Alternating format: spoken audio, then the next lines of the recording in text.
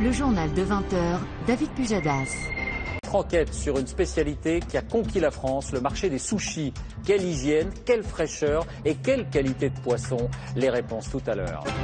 Et toujours à propos d'économie, notre enquête sur un succès qui ne se dément pas. Il y a une vingtaine d'années, les sushis faisaient leur apparition en France. Depuis, des milliers de restaurants ont ouvert. Le sushi, au même titre que le sandwich ou le hamburger, est installé dans le paysage. Mais qu'y a-t-il derrière le rideau? Quelle hygiène, quelle fraîcheur et quelle qualité de poisson pour des prix souvent très différents? Regardez l'enquête d'Anne Charlotinet et David Dameda.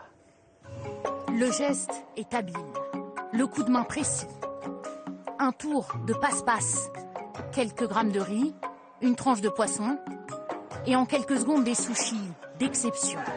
Ça ne se voit pas au premier regard, mais ceux-là sont faits de la main experte d'un maître sushi japonais en visite en France.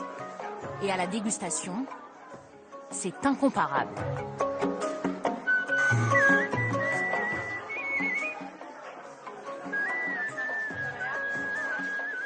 Le goût est parfait.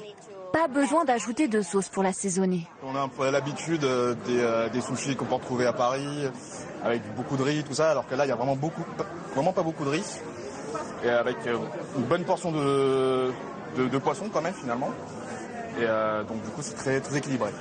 Regardez-y de plus près. Voici un sushi français et le sushi du maître. La différence saute aux yeux. Et ne lui demandez même pas d'y goûter, refus catégorique. Pour vous, c'est peut-être un sushi, mais pour nous au Japon, je peux vous dire que ça ne ressemble en rien à un sushi. Et c'est pourtant lui, le sushi made in France, qui fait recette. Des sushis, on en trouve à tous les coins de rue. Plus de 1700 restaurants dans le pays. Et les Français adorent. Pizza, hamburger, sandwich tous les jours, à un moment... C'est pas top. Ouais, voilà, et c'est pas très bon à force, alors que le japonais, c'est toujours bon. C'est vite prêt, c'est froid, ça se mange vite et c'est assez complet, voilà.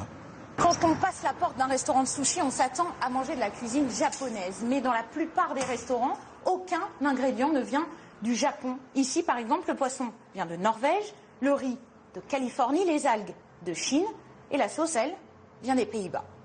Des produits importés de l'étranger, mais l'important, c'est qu'ils soient frais. Et tout commence ici, à Rungis. Dans cet entrepôt, 10 000 tonnes de poissons expédiés à quelques 500 restaurants japonais. La cadence est soutenue.